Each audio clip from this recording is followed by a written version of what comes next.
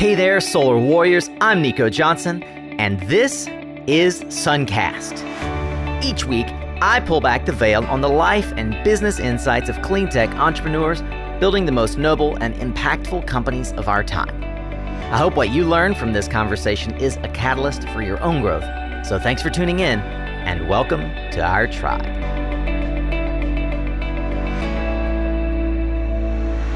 Hey there, Solar Warrior, and welcome to another Tactical Tuesday. Although this is going to be a little bit different because today we are going to do a longer form interview. We do as Two for Tuesdays tend to run. Have another Tactical Tuesday here that is a short snippet from today's episode, giving you more insight into our guest, Allison Archambault, president of EarthSpark International.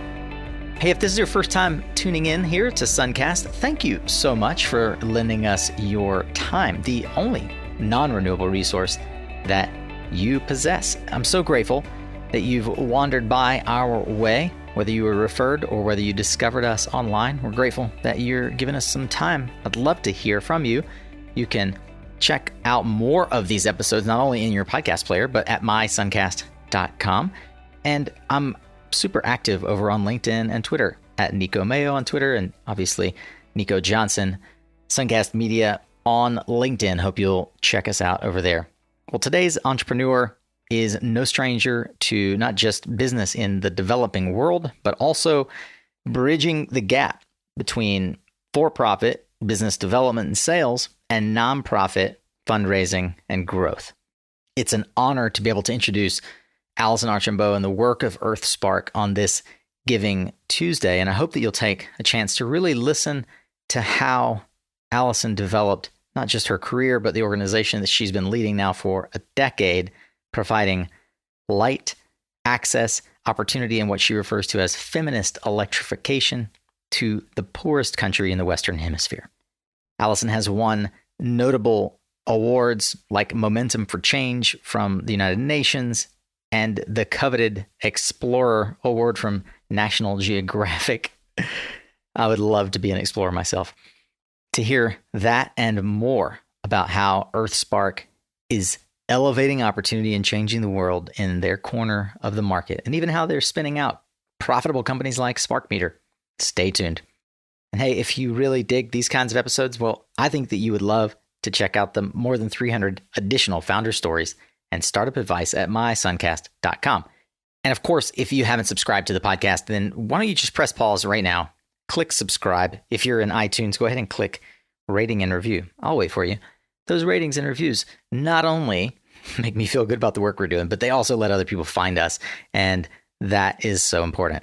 As we go into a new year and expand to bigger audiences, I'm so grateful for all of you who tune in. So with that in mind, let's get ready to tune up your skills, Solar Warrior, as we tune in to another powerful conversation here on SunCast.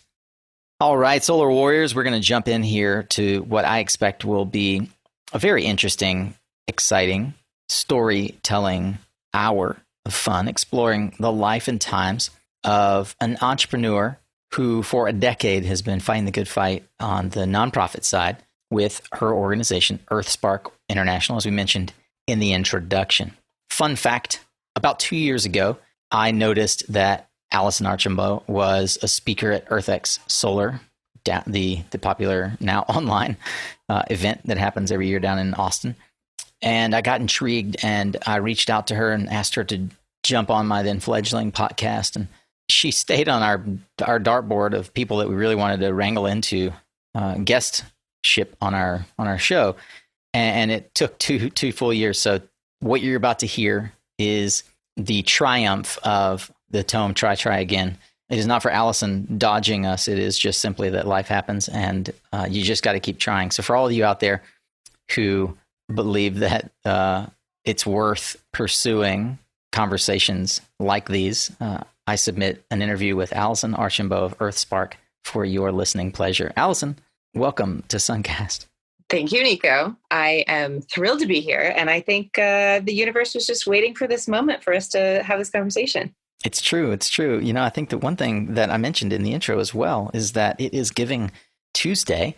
And I feel very, very confident that one of the reasons that we were delayed in the way that we were is because I didn't even think of having an episode on Giving Tuesday until last year. Christina Skirka recommended it to me, and you and I didn't think of it until much later in our dialogue about how and when we should do this interview. So I'm looking forward to folks learning about EarthSpark, but also I think that you have a fantastic story.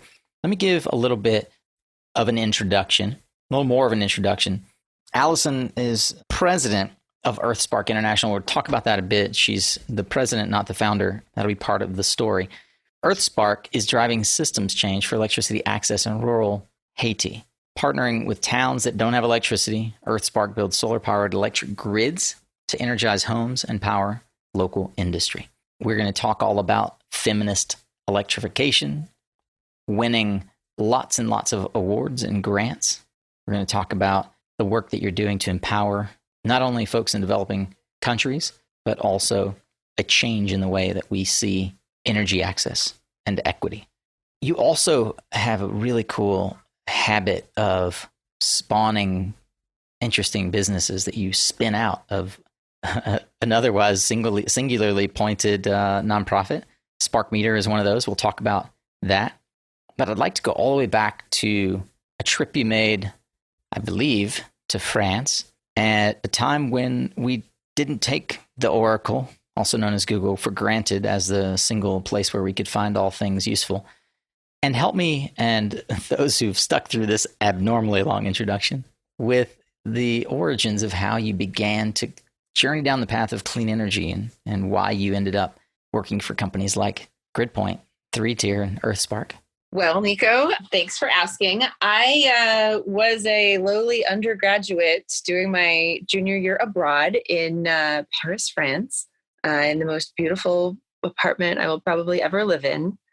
I was really wrestling with this challenge that someone had given me about what I was passionate about. Someone had said, if you're going to do a senior thesis, you really need to choose something you're passionate about. And I'm sure they just said that as a throwaway comment, but to me, it really stuck to my bones. And I thought, what am I passionate? I'm passionate about so many things. I'm passionate about bicycles and food and people. And, what's the one thing? Because they said, choose the thing you're passionate about. You're going to lose a year of your life to this topic.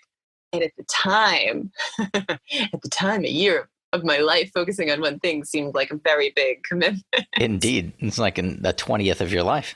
Yeah. So I was really wrestling with this, and I didn't have any furniture in that very nice apartment, but I did have this little stool on which my computer was sitting, and I was sitting on the floor, and I went to this newfangled thing that I'd heard about, and it was called Google. It was like this, amazing thing on the internet where you could put in questions and it would give you answers, otherwise known as a search engine. But at the time, there was this mystique around this, like, to our generation, it was the magic 8-ball. It was incredible. So I was like, all right, this thing knows. Let me give it a shot. And so I typed into my Google search engine on my enormous chunky laptop on a stool in an empty apartment in France, international relations, economics, and public health, because those were the three things that I was studying in college. And then I put in environment and French, because those were always two additional things that were sort of core to me.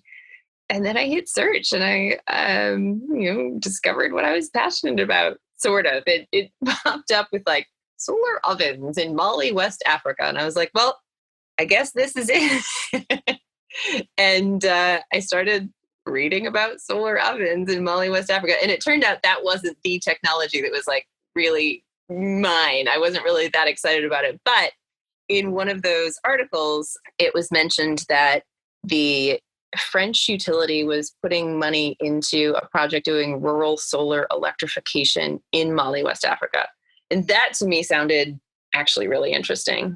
And it turned out I was sort of passionate about rural solar electrification. And I did my thesis on the institutional politics of rural solar electrification in Mali, West Africa. And, at the time I felt like I was uncovering this like scoop, because I went to Mali and I was like, wait a minute, the international institutions are not talking to each other. They're all focused. There are all these programs focused on electricity and getting people electricity. But like the UN Environment Program had a program, and the UN Development Program had a program. Then there was this Electricity of France thing that was different. And there was this one amazing nonprofit that was actually doing the work and nobody was talking to them. And it was just like, and then the World Bank swooped in with a different program, but they weren't really coordinating. And I thought that was crazy. And I wrote it all up. And then I sort of, have lived my life. And I realized, oh, that's just sadly the way that the world works is like, it's not actually efficient or well coordinated. Yeah, especially in the nonprofit NGO world. Oh, and the international institutions and all of it. So that got me into, the tech side. I was doing a public health sort of bolt-on degree, and I just got really into electricity because I felt like it was the nexus of everything I cared about, whether it was health or economy or, international relations, all those other things, environment. And then I got really into energy and electricity because it's so nested at the center of all of these different issues. That is fascinating. And you finished your thesis. It may well be Richard who suggested that I reach out to you, in all fairness, but at some point you met one of my mentors and friends, Richard Hansen. Tell me about your experience with Richard in the Dominican Republic.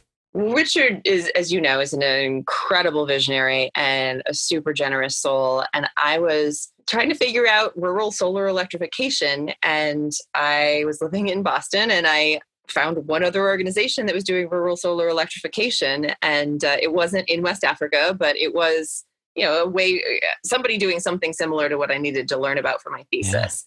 Yeah. And so I was so nervous, but I remember having this need to contact Solus. Finally, I did, and they responded right away.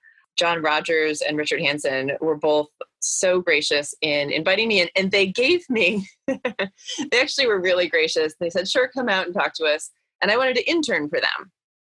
And we all know that interns who don't know anything are not helpful, right? Yep. And I didn't know anything. And so they very graciously said, sure, well, you're working in, like, you want to work in West Africa, you speak French. We're actually thinking about doing something in Haiti at the time. Our focus is in the Dominican Republic and Honduras, but we have some potential business in Haiti, and we need this really thick installation manual translated from English and Spanish into French. Can you do that for us, please? So it was this like homework assignment that, was like, if you pass this test, then we'll let you hang around. And it wasn't a simple manual. It was like, I remember this phrase, tighten the serrated wing nut. And I was like, what's a serrated wing nut? Like, yeah. I didn't know how to say this in English. What a great learning environment for you, though. You had to learn all the literal nuts and bolts. The literal nuts and bolts. Yeah. So I pulled in some like other friends who were like technical French speakers. And the next week on my Wednesday or whatever, I showed up with my document and I slid it across the desk and they let me stay. So I got to show up and learn from them about rural solar electrification. And, it was pay-as-you-go solar. They were doing pay-as-you-go solar before anybody. Before it was a phrase. Yeah. It was exactly. It was like, For those who are unfamiliar, by the way, Soluz is an organization that Richard Hansen founded or co-founded down in Honduras. They've done work in Honduras, Dominican Republic, a lot of places in the Caribbean. Just want to make sure that those who heard Richard and Soluz, that's what that is. Yeah. So after I graduated, I actually applied for a Fulbright, and I was so excited about going back to Mali and doing more solar electrification, just really digging deeper into the topic that I was so passionate about. And I didn't get the Fulbright, and I didn't have a backup plan. And I was just like totally flat-footed. And so I kept showing up at Soluz. Pretty soon, very kindly, Richard said, it's not West Africa, but I could use some help in the Dominican Republic. Is there any chance that you might consider going down there and helping me out? And it was definitely, I used to say that it was the hardest job I've ever had. And that was true until I became a working mom. It was really hard. We had a peso crisis and a political crisis, and it was challenging, but it was also a wonderful way to learn the sector and work with some fabulous people. You spent some time around the time of Soluz, between Soluz and your next gig, as I recall, making billboards in Florida linking climate change to hurricanes. It's true. Yeah. So if I was going to be really generous with myself on the days, my later days in the DR, I was thinking, well, it's hard going right now, but we're building a model that can be replicated in other places. And, it's changing the world. But on a normal day, I was like, we are banging our heads against a wall. And this, all of my energy is going into this effort that's just me throwing myself against a wall that is not moving.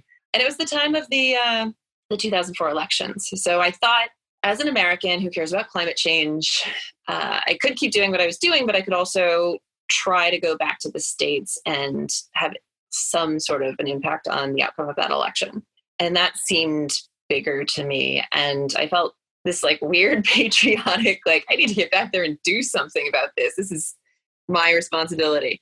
I moved to DC, was sort of just, trying to figure out how to be helpful, and ended up lucking into an incredible group of people called Environment 2004.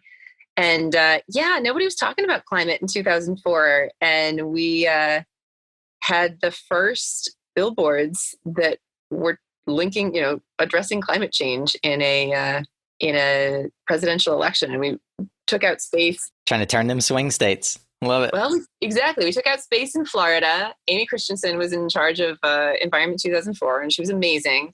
I learned that like individual people have say over what you can say on a billboard. So in some places we had like climate change, like George Bush doesn't get it. And then the pictures of all these different, and in some places the billboard owner would say like George Bush you can't say that, but you could say George W. It was all very like strangely individually edited by the owner of the billboard. But, it was like quite controversial at the time. And I think Amy ended up on Fox News defending the billboards and talking about climate change, which, sounds very reasonable now. But at the time it was quite cutting edge.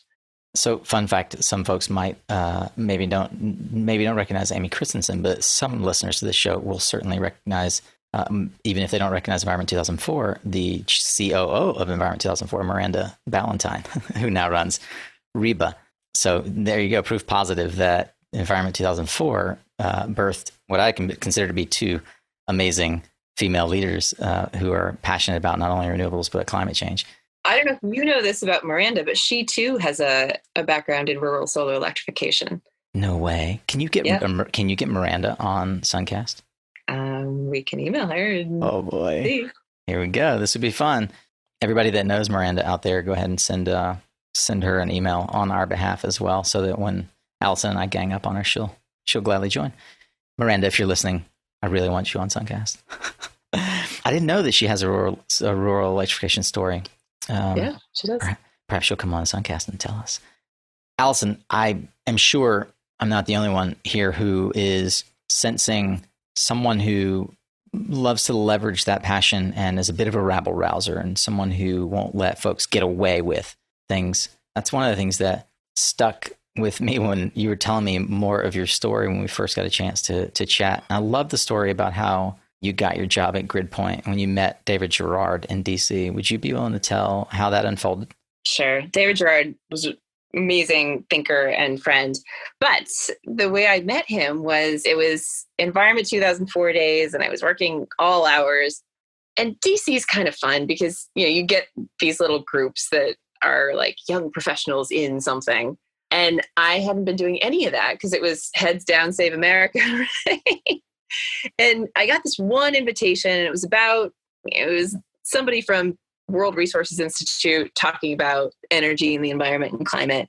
I decided, okay, this is the day. This is the one day I'm going to not leave the office at 2 a.m. I'm going to go and I'm going to do something fun with a young professionals in DC group. And so this amazing visionary got up and started talking about energy and climate and the environment. And he said, we're going to be on coal for the next 30 years. And I thought, oh no, this is not thought leadership. This is not okay. We can't be on coal for the next 30 years. Unfortunately, it was a while ago and we're still using coal, but he may have been right. But I was incensed that this thought leader would come up and say, we're going to be on coal for the next 30 years. And so after the talk, it was at a bar. It was at 18th Street Lounge, which sadly just closed. There were a lot of, this happens at a lot of these DC things, is a lot of people going and had their resumes ready and like said, I really liked your talk. And anyway, I'm looking for a job. And I thought, I'm going to go get a drink because this is a bar. Seems like, we're not going to, he's like surrounded by people. So a little bit later, I saw him going out the door or about to go out the door. And I said, 30 years on coal. That seems like we can't have that be okay.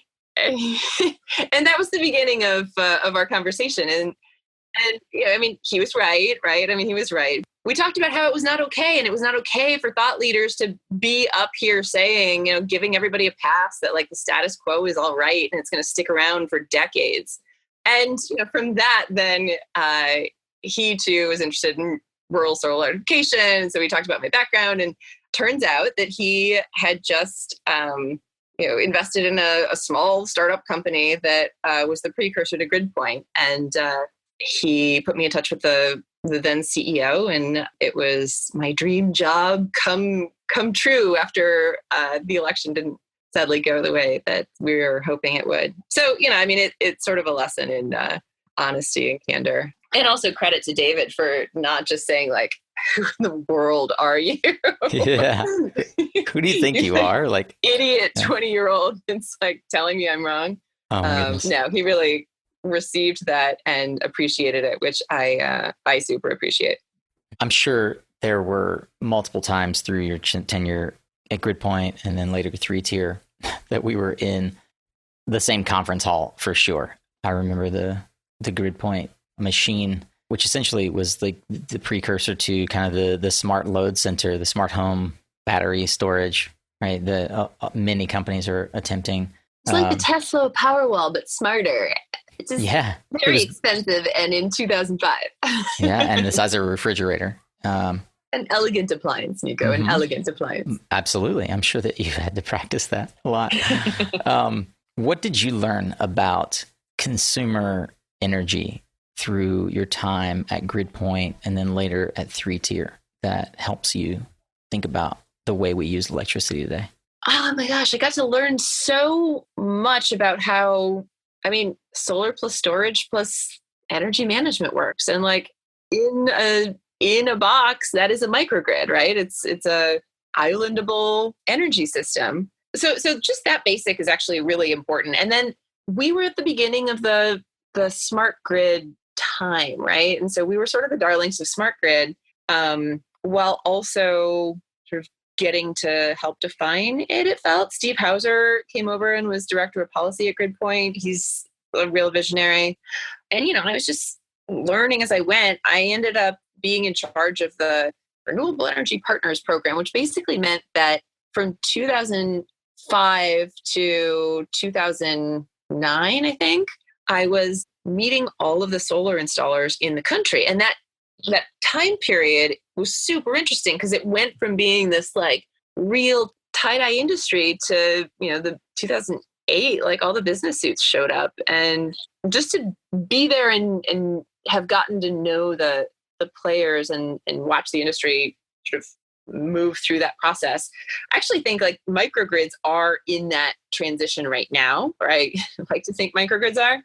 Right where Resi Solar was back then. So that was exciting and interesting. And it gave me the ability to really think about smart meters and energy management in a way that very much informs my work now. On the 3-tier side, this like being able to forecast and manage, what the generation side is going to look like, just like thinking about how grids work and how renewable energy plays into that. And it was really, new working with, PhD meteorologists, supercomputer people. But at the end of the day, it's like, how should society use information to define systems that, are reliable and serve people? And that's something that, we should always go back to first principles of what are we trying to do and then use information to get there, right? Absolutely. For those who are unfamiliar, 3-tier was and remains one of the preeminent metadata, meteorological data companies. If you're familiar with our conversations with clean energy or clean power research, they're a similar company from a data perspective. Mostly we're focused on the wind market, and South 3-tier kind of became well known in the industry. It was a stepping stone for you. I mentioned earlier that EarthSpark is not a company that you founded, but what I didn't mention is that you've been at the helm of EarthSpark for a decade. That's a lifetime in solar years. And I'd love to understand how someone who is very clearly doing well and involved in the private sector makes the decision to switch over to a not-for-profit back into that international market work. I have my suspicions, but how did that come about? So, I mean, to be totally candid, I was laid off from 3-tier because though my work with Ken Westrick, who's the CEO there, I was like the DC office for 3-tier, and the DC office wasn't doing anything that was going to bring in revenue in the next quarter. And sadly, the investors really were focused on revenue in the next quarter, not on the like bigger picture. How do we like inform countries and policymakers about how this information can and should be used? And grid analytics, man, Ken Westrick is like out there doing really interesting grid analytics stuff right now, and it's awesome. He should be on your show too. He really should. I literally just made a note, reach back out to Ken and get him on the show. So when I was at Conergy, Ken and I got to know each other, and he was doing a lot of work in Colombia and I was doing a lot of work in Latin America. And I don't know, like it totally fell off my radar. I'm going to have to reach back out to Ken. So there's two now. We got to get you on the show, Ken. We'll for sure have Ken tagged in the show, because we try to let folks know if they show up as a mention in the show. But Ken is on a different level, intellectual genius. Definitely.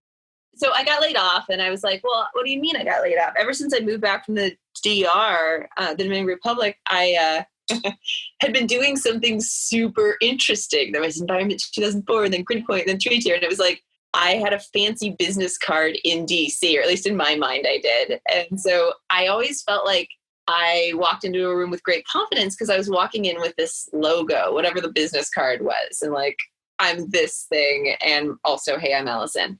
And that I didn't have any business card. I was like, well, what do you mean? Like, I have no identity. I don't have a business card. I live in DC. How can I do anything? And so then I did what was the obvious thing to do. I started my own business so I could print business cards and I could have an identity again. You asked earlier, what is Fresh Generation? Fresh Generation is the one-woman consulting shop that I started in 2009. So I could print up a business card and have a logo and, have some sense of self other than, just the human being that I am. So, I'm saying this laughing now, but it was a good, humbling moment to realize that, we all needed, or I clearly needed to peel back some layers and realize that at the core, there is a real person. Yeah. I actually want to pause there for a second, because I feel like there's so many folks I'll say of us in our industry who invariably go through, as you and I did, the downsizing of an organization where the skills or perhaps the focus area that you're directing your attention towards are no longer prioritized, or they don't fit within the investment thesis or whatever. Like you get let go, you lose that sense of identity or self. A little sort of LinkedIn hack is, if you see something which says from some time in the past to present, like Sparrow Ventures does for me, like Fresh Generation does for you, it's very, very likely a sign that they were a consultant or remain a consultant, because it turns out when you start your own business, you never have to close it. You just have to pay the state to keep it open. I find a lot of folks in our industry, they sort of brush it under the rug because they leverage that consulting experience for another job, which is totally normal. And then they never talk about it again. So I appreciate you bringing that up and actually giving insight into how it made you feel, because that's something that people just don't talk about. Like losing that shield. I've been through the same experience. It's real. It's a real human experience. It's good to share it. I was able to leverage my new consulting company. I mean, I basically went back to 3-tier and said, well, all the stuff that we were doing was super interesting. How about if we just do it under a consulting contract? And they became my first client, which was awesome. I could still do the work. They just didn't pay the fancy DC office, which was fine, but I was still open for clients. And one of the people who was working for one of the funders of 3-tier at the time, Richenda Van Leeuwen, who also should be on your show, and it's also amazing. Richenda Van Leeuwen, she, I call her the fairy godmother of energy access. She really created the connective tissue across the space, really has nurtured a lot of folks who are working in energy access and renewables, clean energy. She's at Andy now, the Aspen Development Network, the Aspen Network of Development Entrepreneurs.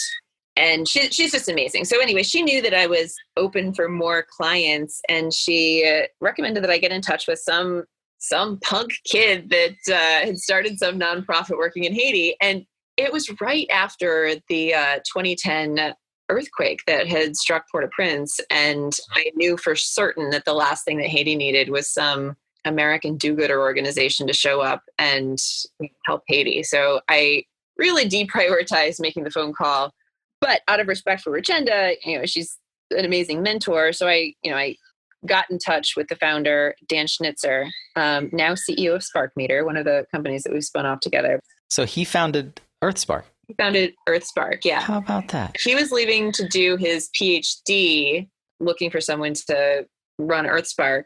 I set up a very quick, I remember I was sitting in my friend's car in California, and I said, hey, I'm going to make a really quick call. I'll be in like 5 minutes. And I got on the phone with Dan, and it was a courtesy call. But then I started talking to him, and I said, hey, you're doing solar lanterns. Like, those are life-changing tools, but have you ever thought about microgrids? Everybody aspires to electricity that can turn a motor, that can run refrigeration, that can do more than the small stuff.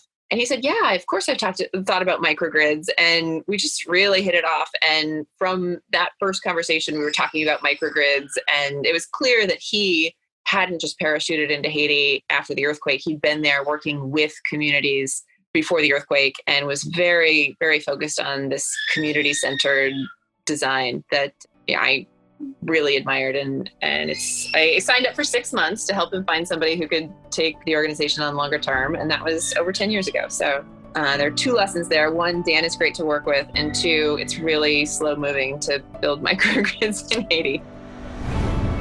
I've been wondering, what's your least favorite solar asset management activity? Those daily, weekly, sometimes monthly deliverables that you just have to check off the list, but can be such a drag. Well, let me tell you how to press the easy button and get going on the work that really matters by automating your invoicing and ticketing and reporting with PowerHub. Focus on the work that you want to do. Take the boring stuff off your plate with PowerHub. You can go to powerhub.com/SunCast to learn more. Allison, I know it's been a decade, so there are highs and lows. I wonder, with regard to EarthSpark in particular, could be with the broader involvement that you're engaged in beyond EarthSpark, but what turned out better than you expected? I mean, I have to say my team. My team is the most amazing sense of collaboration, deep, joyful collaboration, even in the face of all the different stuff. It's just such a pleasure to be able to collaborate with the people I get to interact with on a daily basis. Can you tell me something that is true for you that very few people agree with you on? I'm a big believer in the electrification of cooking. And I think both in the US and also in Haiti, but microgrids and energy systems really pushing electrify everything towards the energy access world. People are starting to come along on that now, but it's been a crazy idea for a very long time. I got to tell you, I spent the better part of the weekend in my spare time researching carbon steel pans because, as we've discussed, I am a huge fan, as was your husband, of cooking over fire, and in particular, cast iron. We have pretty much everything we cook on is cast iron. Cast iron works. It does, but it's heavy, and so I'm just looking at carbon steel as a better alternative. And I wanted to know very specifically, does carbon steel work on induction stoves? And it does. It does. Yeah, we have some great steel frying pans. I wonder how often you have to get into the weeds with folks, just sort of going through the economics and just discussing why the electrification of everything matters in the context of like how difficult the original problem is, which is just to introduce electricity. Yeah, I mean, let's go back to your stove because, like, everybody, of course, loves cooking on fire. There was a whole marketing campaign by the natural gas industry about it. Now you're cooking with gas, right? And so Yep. everybody thinks, oh, this is the future, but it's a fossil fuel that they are injecting carcinogens into the water supply to break up rocks in the earth, to pump that methane through leaking tubes to get to your gas to your gas stove. And then in your home where you and your family live, you're combusting that and it's bad for you. I mean, I shouldn't have to make such a strong push that induction is better. But also I'll say induction is easier to cook with. It's nicer to cook with. You can boil water faster. It's clean. I mean, it's just like cleaner to wipe down. You don't have to go through the burner. It's just a surface. I mean, from a health, environment, and convenience, ease of use perspective, all of it falls on the side of, go induction. It's better. Of course, you have to plan for it. It's an expensive thing to swap out if you don't need to. And that's why changing things out is such a long process. But if you're in the market for a new cooktop, go induction. I'm really curious to know, as a nonprofit, having yourself worked in industry, as we discussed, for quite a while, what do you see as the core or like infrastructural hiring challenges that you face that maybe don't exist in the for-profit side of our business of deploying solar? I'm keen to understand if you see gaps that maybe don't exist in for-profit that we could potentially help with. But where can we raise awareness for folks around the hiring needs of the industry for those folks that maybe would go work for a nonprofit, but they didn't realize it was an opportunity? One of the things that is an open dialogue with amongst my team is what's fair in terms of compensation, what's fair in terms of what people are asked to be doing. But we work with a team in rural Haiti. Obviously, the system is unjust, right? Like, why are people in Haiti in general making so much less money than people in the United States? And how do you fairly build an organization that addresses not every injustice of the world perfectly, but also is cognizant of those injustices and tries to move the world gently in the right direction? So that's an open question. If anybody has any brilliance or aha moments around that, I'd welcome them. But we look at other institutions, if they're even thinking about it, it seems like they're imperfect solutions.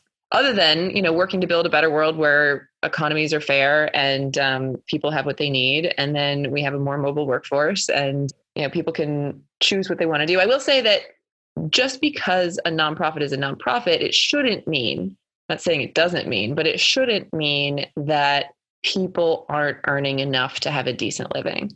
And so I think funders are sort of coming around to that. The bigger nonprofits have been knowing this for a very long time, but small nonprofits oftentimes fall into the trap of, there's so much need, and why would you capture more money for people's salaries or benefits when, another $10 could go so meaningfully to something else.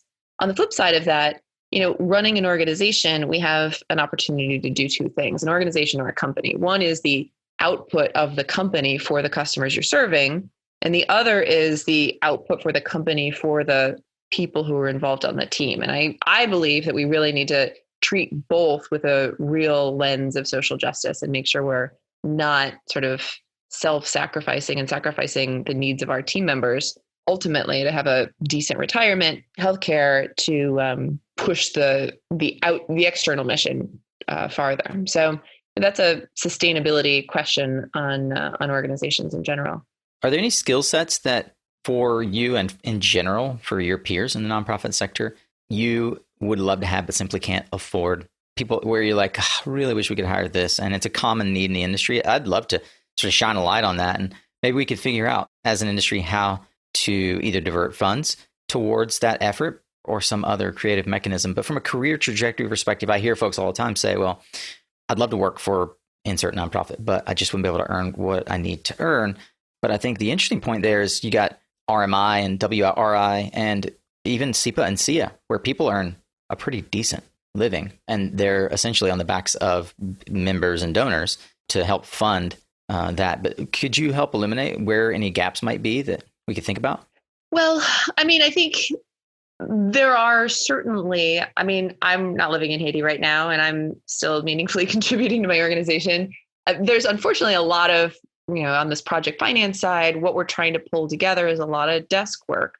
We also are trying to keep our stateside roster very slim because the in the field work is all in Haiti, and we need to be pushing resources there. That said, we need bookkeeping. I mean, just the stuff that like people don't think about. I mean, your audience, I'm sure, thinks about this all the time, but all the other stuff, the surrounding roles that are the bookkeepers, the project managers, the folks who are interfacing with the suppliers, who is going to be running the RFP process. I mean, fortunately, I work with incredibly brilliant people, and in every job description in EarthSpark, it's sort of a running joke, but we always put "and any and all other duties as required."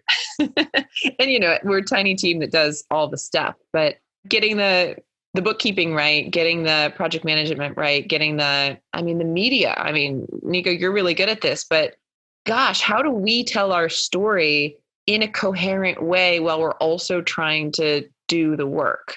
And it's just figuring that out is, not only figuring it out, but getting it done is a big, important role that, I think many nonprofits and companies, I think nonprofits aren't that different than companies. So that's one of the things to think about is it's a tax status. It's not a shackle on the way, the organization can operate. But institutionally, nonprofits run through this filter the same that you just presented, which is I could pay this person $150,000, or I could find someone with 70% of their skill set for $100,000 and put that $50,000 to work somewhere else.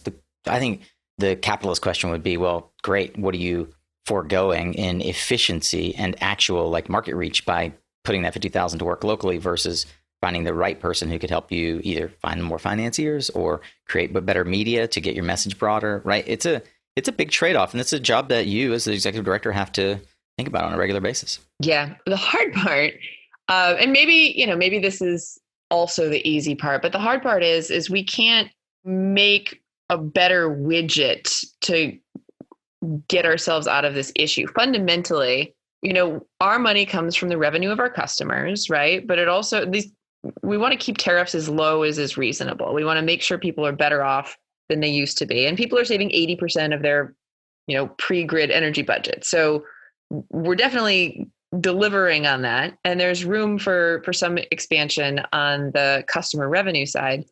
But like I said before, we also pull our funding from donors and international institutions. So, it's just trying to make the model work for everybody. And when we invent stuff, it's cool and wonderful. And we're trying to, constantly build the better microgrid business model. You've invented a few things. We mentioned earlier Dan and Spark Meter.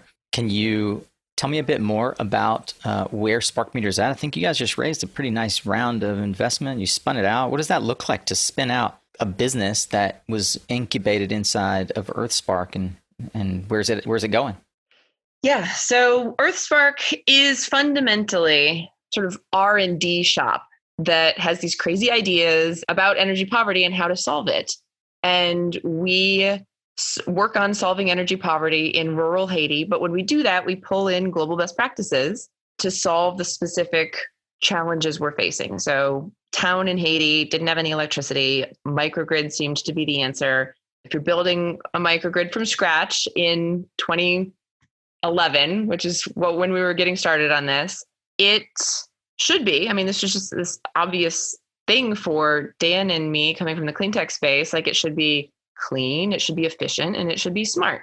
So then just turn back to the problem and apply those criteria. And it turns out, yeah, of course, solar panels exist and storage exists. There were no smart meters that were applicable to this market. Some people were getting started with pay-as-you-go solar for DC, tiny lanterns or solar home systems. Of course, the world of AMI exists, but those are complicated systems that cost a lot of money to deploy. And when you're building a grid, the caricature was Dan and me calling a bunch of different companies. Dan spent 6 months doing this. Hello, metering company. we'd like to buy some meters for this process. And people would say, who's calling again? And we'd be like, Dan and Allison from EarthSpark International, and they're like, what, who? And then they'd say like, how many meters do you want? And we'd be like, at least 500 meters, right? Which is nothing. And then they'd be like, and where are you working? And we'd say like, rural Haiti. And then then nobody was there, right? It was dead. Because nobody perceived that this was a market, like energy access. What is that? The cartoon is like, it's a bunch of poor people like who don't have electricity. Like that's not relevant to our business, which is a smart metering business for utilities. And so we really had to, try to convince a bunch of different groups that no, this really matters. And it matters not only for the like justice element, but like it's a market. There are billions of people that don't have metered electricity. And then we had this aha moment of, we have brilliant friends. Maybe we should just build these things and pull in our wonderful friends as volunteers and ultimately colleagues. And we spun it off because EarthSpark and our friends hand soldered the first 50 meters in Nai Fasai's living room in Boston. He's vice president of hardware now for Spark Meter. But, then we had a 50-person pilot grid, and then we got some funding to expand that grid to 500 customers. And I didn't want to solder another 450 meters by hand. And it didn't make sense to, because we didn't have this like robust customer service, warranty giving apparatus. We were just, this is the proving what is possible part of what we do. And we actually always would have preferred just procuring meters that worked and were well supported. And so, we had to create that entity so we could spin it off so we could then buy the stuff that we wanted to use. And it's worked really well. So like I said, we're now in 25 countries, Spark Meter is. And I think it's, a great contribution to the microgrid space is that now smart meters are not a crazy wild idea. They're part of the core thinking around how you can approach a sustainable business model around microgrid operations. It's not sufficient to have smart meters, but it is essential. I love the complexity with which this problem had to be solved, and the fact that a lot of folks would go look for other companies they could partner with.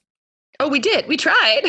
Nobody would work with us. There's that, right? It's you're too small, and the batch size doesn't work for us. We see that all the time within pico and microgrid solar, not just in the Caribbean, but also in Africa and even in Bangladesh and Southeast Asia. It's too bad there's not. And this is a little bit of what Christina Skirka is working on for Energy for All, right? Is this sort of global cooperative where funds can be pooled and people can do bulk purchasing as a large incubator for these smaller entities. A lot of work that New Energy Nexus and Danny and John and that team are working on as well. And it's really exciting. I'm so glad to have learned through sort of the thread of us getting to know each other and doing this interview, how Dan, as a visionary, was able to bring EarthSpark to bear, and then Spark Meter, which he's now running as the CEO, is spun out as an organization that raised a ton of money and is not just being used in microgrids. It's being used in macrogrids. It's being used all over the world for more than just liberating folks from darkness. I love that those kinds of chasms can be crossed with the intention of, and I would say only through the intention of, intentional nonprofits like EarthSpark. You don't see corporations going after those kinds of small markets to create products like Spark Meter, which could revolutionize the way that energy is being managed. They're going after the really big problems that, quote, scale. So it's really encouraging to have a chance to hear more about that story. I may have to have Dan on and talk more about the work that Spark Meter is doing specifically. I'm curious because I feel like you do get a chance to see into the climate tech world a bunch through board membership of Spark Meter and other fun stuff that you do. You probably get to tinker around with toys that many of us don't know are even available yet. What is some of the coolest climate tech that you've seen in the last 12 to, 36 weeks? Well, I love smart meters, but I think the thing that moved the needle the most in the last 12 weeks is the mail-in ballot. But to your technology question, if mail-in ballot isn't high tech enough for the audience, I love smart meters. I think grid analytics. I think again the low tech version of actually engaging people. It's got to be low tech and high tech. So can we do time of use pricing? Can we do demand management? Can we do grid analytics so we can see where voltage is sagging? And can we do predictive energy modeling so we know what's going to be happening? All of these things come together in a very elegant system that also needs people to be involved. And I know that's controversial. I know everybody wants to set it and forget it, but let's meaningfully engage people in how it gets set up. I think that's really important. In fact, our third company, we spun off Spark Meter, spun off a Haitian microgrid operations company. And our third company is called Participant Power.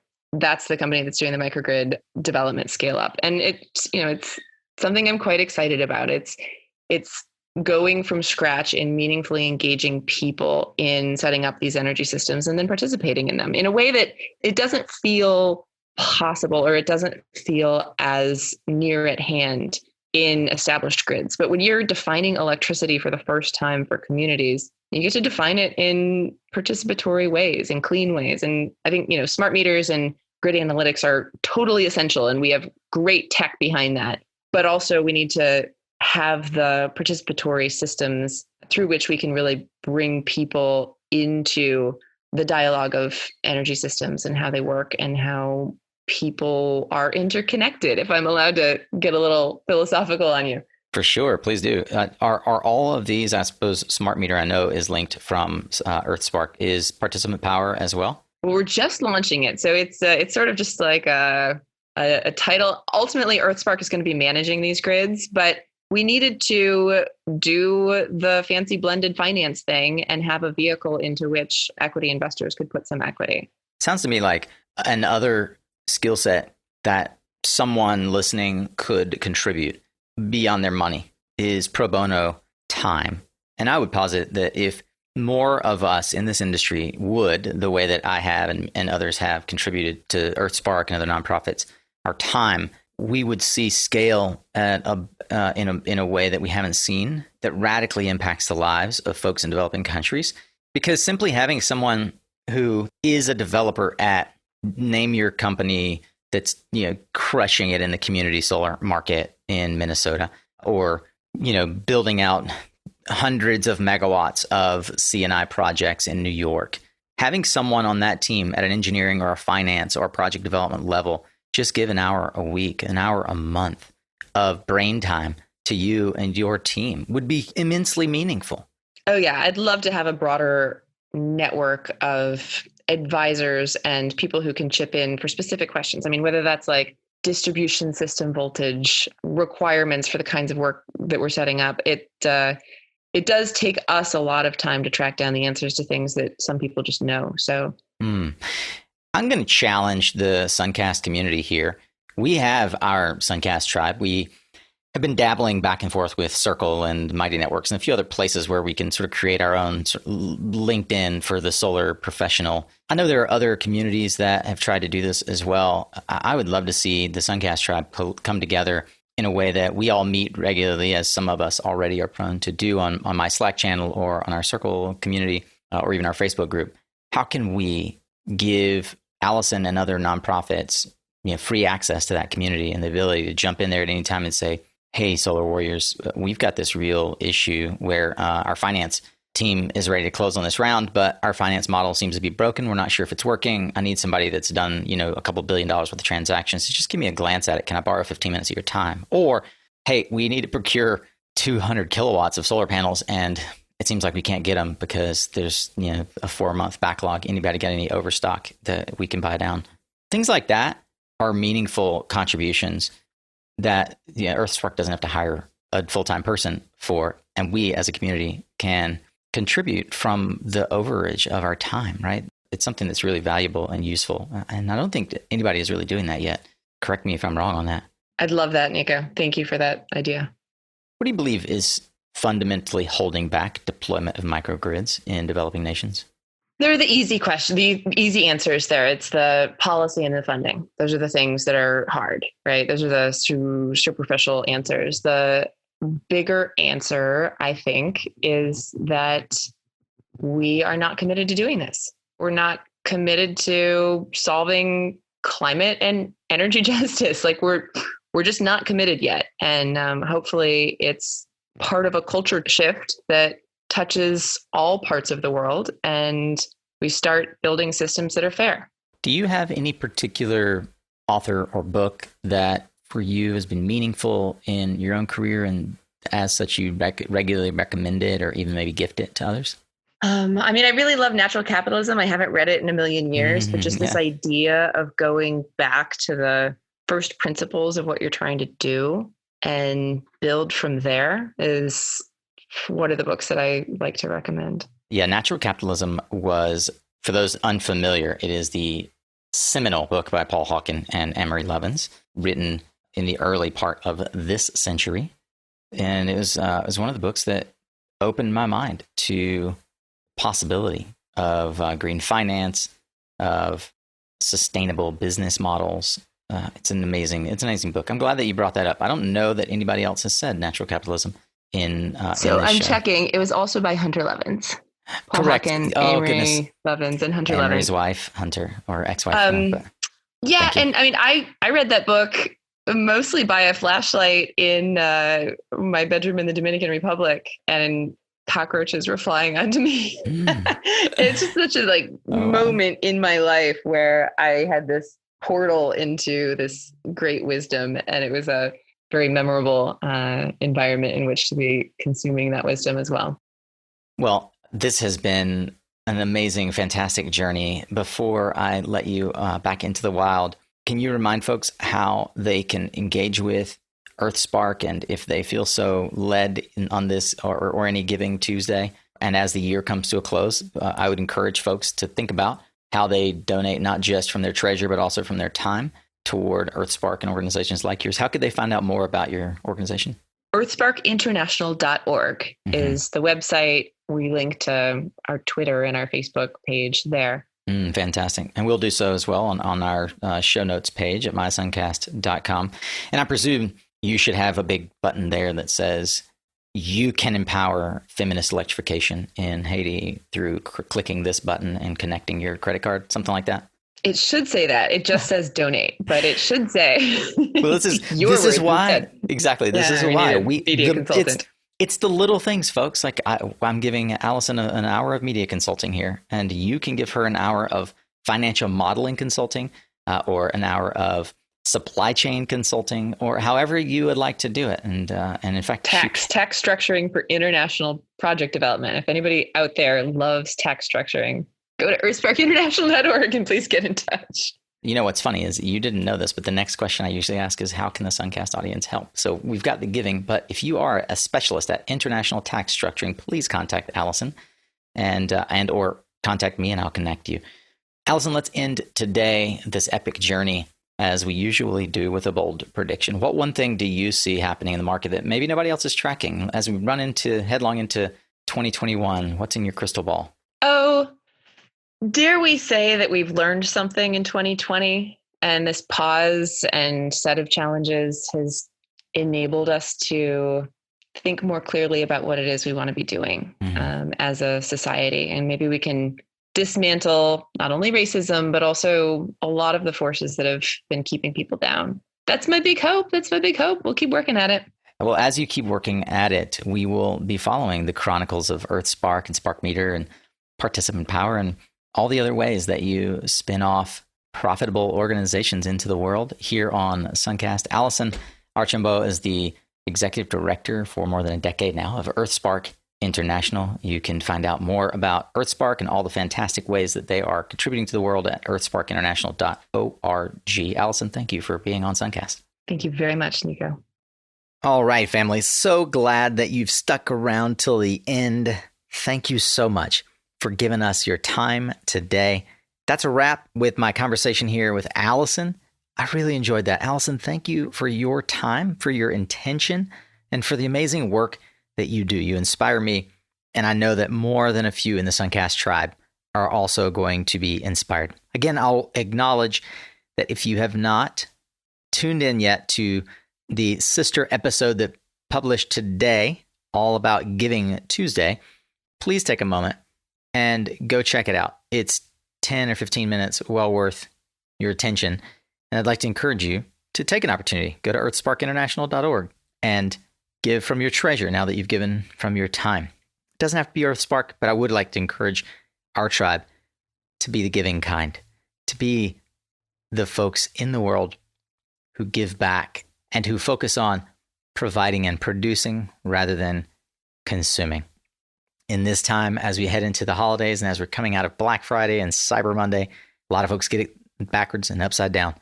I'm so grateful for people like Allison who liberate folks from darkness, quite literally, and who provide such an amazing opportunity for feminist electrification in a place as often destitute, but so beautiful as Haiti.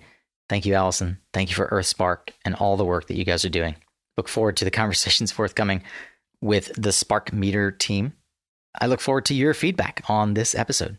Would you go find us on LinkedIn and let us know what you thought of this interview? If you really think that it's worth sharing, then the kindest thing that you can do to let us know that you're listening is actually to share it to your network on LinkedIn. I'd be so grateful. And if you're eager to keep learning, then you, my fellow Philomath, can find all the resources and highlights that we've discussed, not just in this, but in every episode, along with social media links, book recommendations, and so much more, at the blog at mysuncast.com. Click on the listen button and you can scroll through any of the episodes there. Secret, if you scroll all the way to the bottom of the homepage, you can search, keyword search for any episode you'd like, including this one. I hope that you'll join us on Thursday for our interview with Austin Rosenbaum of Demand IQ and learn how AI and automation is changing the landscape of lead generation for residential and commercial installers in the United States. And remember, you are what you listen to. Thanks again for showing up, Solar Warrior. It's half the battle.